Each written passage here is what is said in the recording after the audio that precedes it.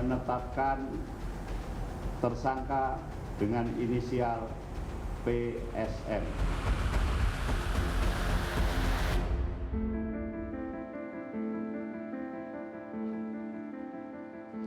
Ya, kebakaran gedung Kejaksaan memicu spekulasi terkait penanganan kasus Joko Chandra yang melibatkan Jaksa Pinangki. Selain narasumber di studio, kita sudah terhubung dengan Ketua Komisi Kejaksaan Barita Simanjuntak. Selamat malam, Pak Barita.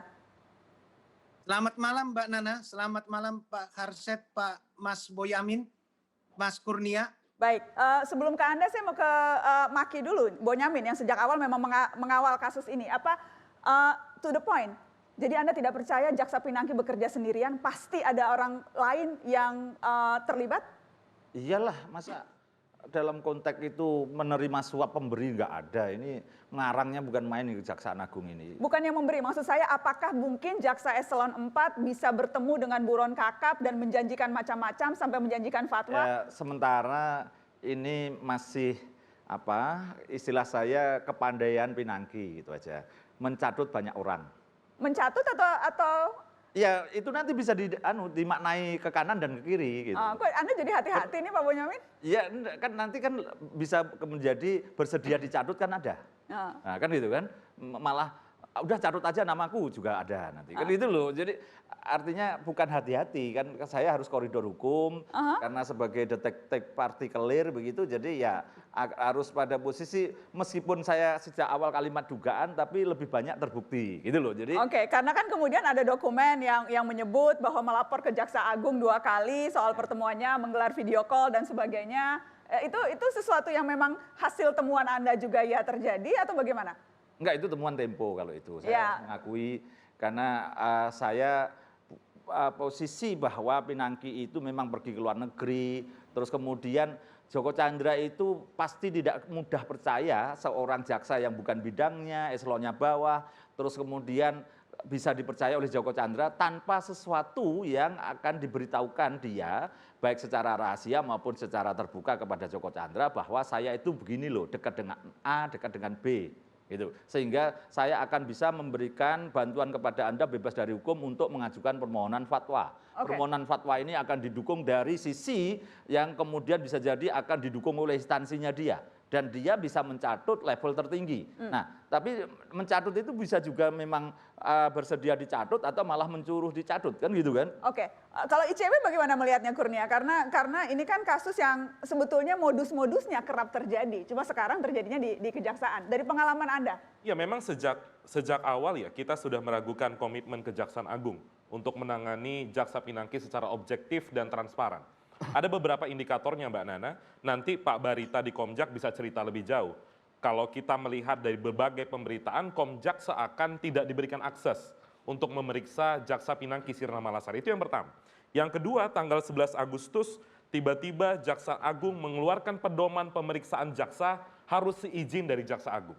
Yang ketiga, tiba-tiba Pak Hari juga yang berbicara, walaupun akhirnya dicabut, Kejaksaan memberikan bantuan hukum kepada Jaksa Pinangki. Bagaimana mungkin seorang penegak hukum yang sudah menampar wajah Kejaksaan Agung diberikan bantuan hukum? Akhirnya diralat, karena saya juga membaca anggaran dasar rumah tangga Persatuan Jaksa Indonesia itu, jaksa diberikan bantuan kalau terkait dengan profesinya. Pertanyaan lebih lanjutnya, apakah bertemu buronan itu profesi jaksa? Kan bukan seperti itu.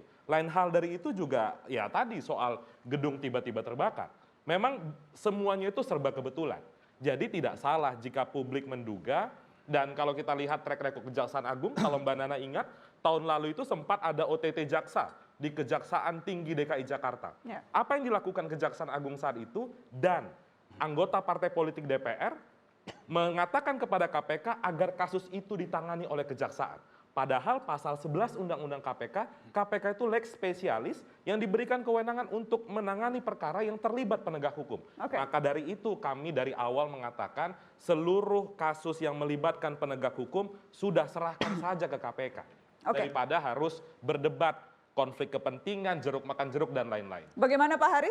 Ya, terima kasih. Barangkali ini saatnya kami menjawab keraguan Mas Kurnia maupun masyarakat bahwa kami pun akan serius menangani perkara ini. Bukti keseriusan itu telah kami tampakkan, kami wujudkan bahwa dalam waktu cepat kita tangani itu dan tetapkan tersangka dan langsung ditahan. Tadi yang disampaikan Mas Kurnia tentang kenapa saya merilis bahwa PJI akan memberikan bantuan hukum, aturan anggaran dasarnya seperti itu. Tetapi apakah nanti PJI akan menunjuk atau memberikan bantuan hukum, tentu dalam konteks kajian.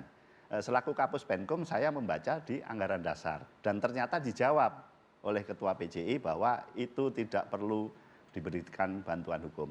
Kemudian mengenai pedoman untuk memeriksa seorang jaksa, sebetulnya Undang-Undang 16 2004 sudah mengatur itu. Cuman sekali lagi mudah-mudahan bukan negara kebetulan ya, momennya tidak tepat. Kalaupun tidak ada pedoman itu di Undang-Undang 16 2004 di pasal 8 juga sudah cukup jelas. Oleh karena itu mari masyarakat dukung kami. Kami akan buktikan bahwa kami serius dan kapan lagi kami diberikan kepercayaan untuk menangani sebuah perkara yang cukup besar. Mengenai siapa keterkaitannya tentu alat bukti nanti yang bicara. Sebagaimana tadi itu yang normatif, selalu normatif. Ya selalu. Kalau kita nggak bicara normatif, apalagi kan itu memang juga, itu. Tapi terobosan Kalau tidak memakai normatif mau pakai apa lagi? Penanganan perkara korupsi kan cepat. Kan tidak boleh omongan di warung kopi kemudian jadi berkas, kemudian dipaksakan untuk menjadi berkas, kan alat bukti. Kalau Pak. kita bandingkan dengan teman-teman yang ada di Barreskrim Polri, Barreskrim itu sudah menetapkan 5 orang sebagai tersangka. 3 diantaranya penegak hukum, 2 swasta, Joko Chandra dan juga Tommy Sumardi. Pemberi suap juga belum kok Kurnia. Ya, pemberi suap juga belum ya ditetapkan bahkan tersangka. Kejaksaan Agung baru menetapkan penerima suap. Kan tidak mungkin tidak ada pemberi suap.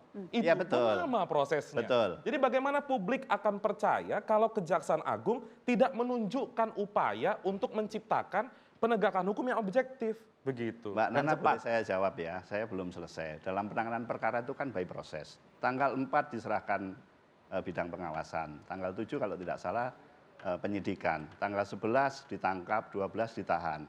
Kemudian untuk memanggil, memeriksa seseorang, siapa kawan berbuat, kemudian pemberinya siapa, ini kan by proses. Artinya apa? Ketika seseorang dipanggil menggunakan haknya tidak hadir, tentu kan by proses.